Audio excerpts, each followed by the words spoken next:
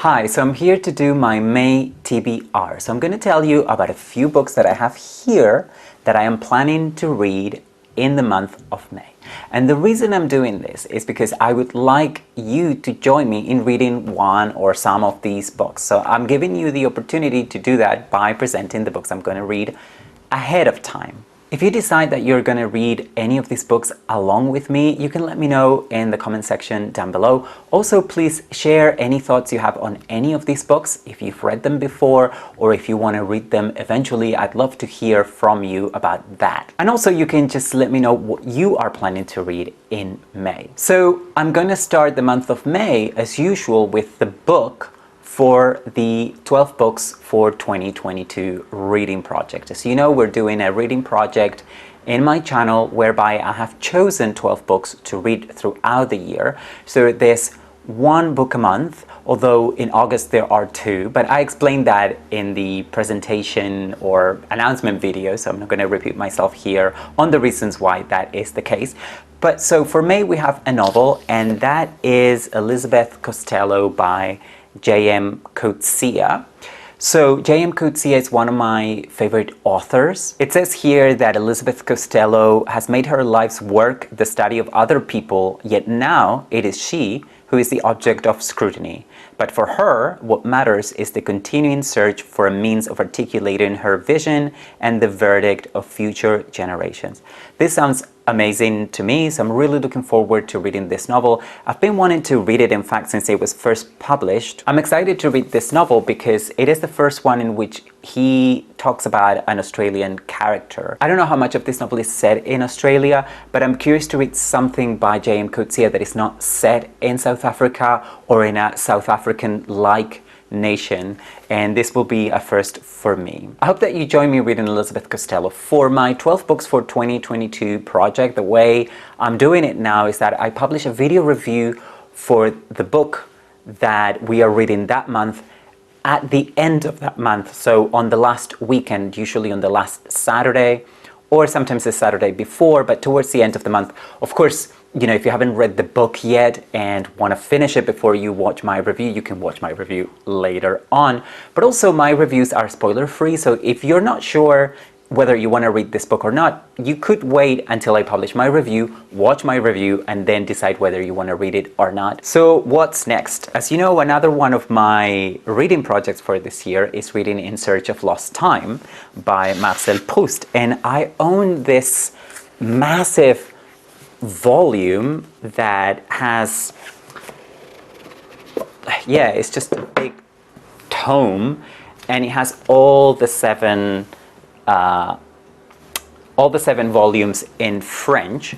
So I've read the first 4 ones, so that means that in May I'm going to be reading The Prisoner. Okay. One thing I've decided is that I'm not going to really discuss this every month because, you know, if you've read Post before, or, you know, if you've read at least some of it, you'll know that the plot is not the main thing. So it's really difficult to talk about the individual volumes. At least I'm finding it really challenging. So what I'm going to do is finish the whole thing, and then I'll make a video about it, or I'll talk about this novel in one of my wrap-ups. I don't know, I haven't decided that yet, but I'm on volume 5 if you want to read along this month in May.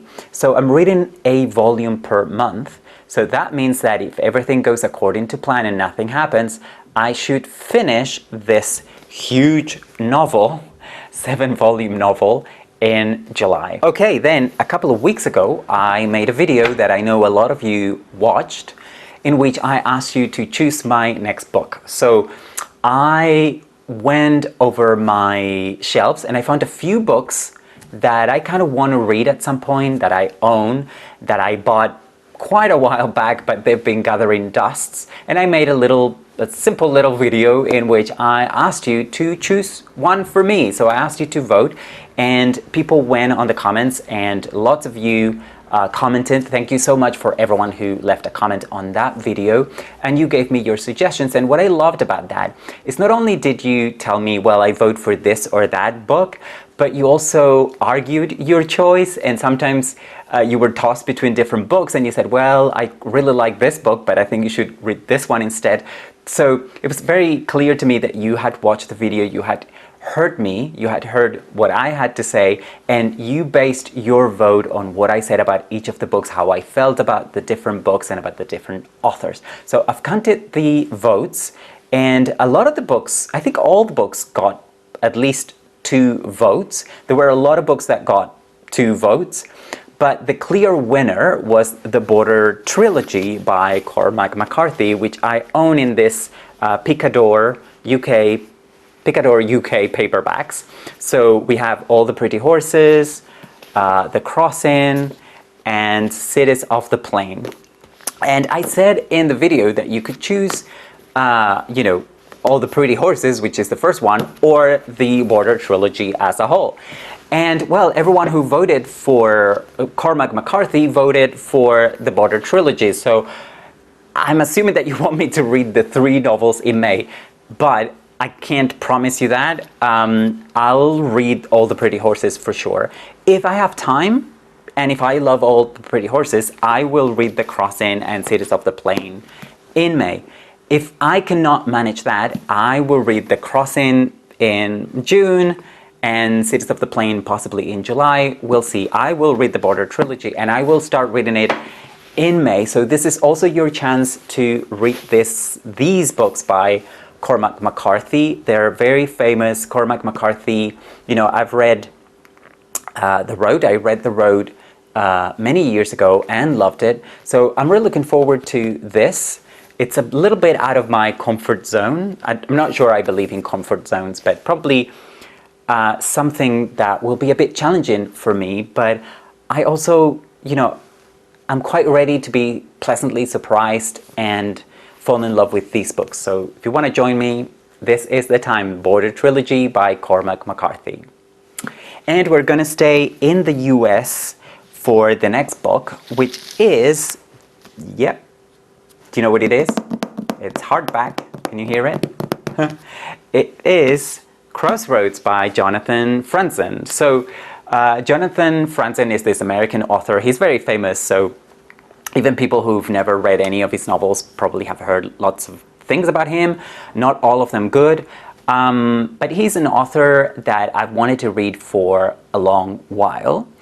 And as part of my 12 books for 2022, I read The Corrections. The Corrections was his breakthrough novel published in 2001. He had published other novels before, but he really made a name for himself with The Corrections. So last year, Crossroads, which is his latest novel, came out. And I heard really good things about it. I read really good reviews. I listened to interviews with him on different podcasts or radio shows. And I knew I wanted to read this book, which is supposed to be the first in a trilogy, but we'll see how that pans out. But I thought, no, I need to read The Corrections, actually reread The Corrections, because I had read The Corrections many years ago, but I'd completely forgotten all about it. And then if I like that, if I liked his writing, then I will pick up Crossroads. So I read The Corrections and I loved it. I made a video review, which I'm going to link to in case you're interested. It's spoiler free, so you can watch it even if you haven't read the book. And I loved it so much that I know I want to read more of his novels. He doesn't have that many novels. I could easily read all of them.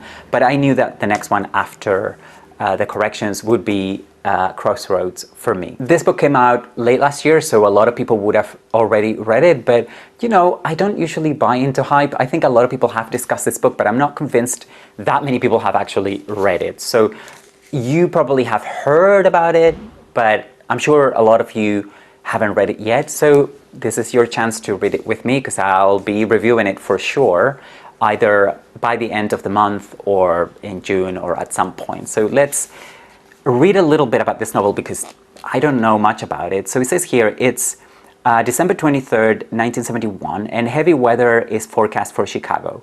Russ Hildebrand, the associate pastor of a liberal suburban church, is on the brink of breaking free of a marriage he finds joyless, unless his wife, Marion, who has her own secret life, beats him to it.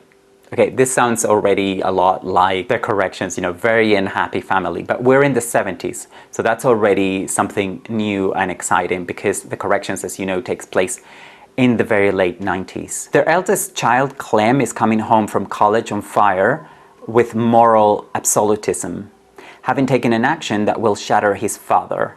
Clem's sister Becky, long the social queen of her high school class, has sharply veered into the counterculture, while their brilliant younger brother Perry, who's been selling drugs to 7th graders, has resolved to be a better person. Each of the Hildebrands seeks a freedom that each of the others threatens to complicate. So again, heterosexual couple in crisis, different children, but the children are younger. You know, I'm just kind of comparing this. Maybe this is a bit unfair, but I'm kind of comparing it to the corrections, but it sounds different enough. But it also sounds at the same time that it would have some of those elements that I absolutely loved about that novel. It says here, a tour de force of interwoven perspectives and sustained suspense. Its action largely unfolding on a single winter day. Okay, that's different, but the corrections also had a lot of suspense and I loved that. Crossroads is the story of a Midwestern family at a pivotal moment of moral crisis. Well, I love the sound of that, so I really cannot wait to read this. So let me know what you're reading in May, and I will see you again very soon. Bye!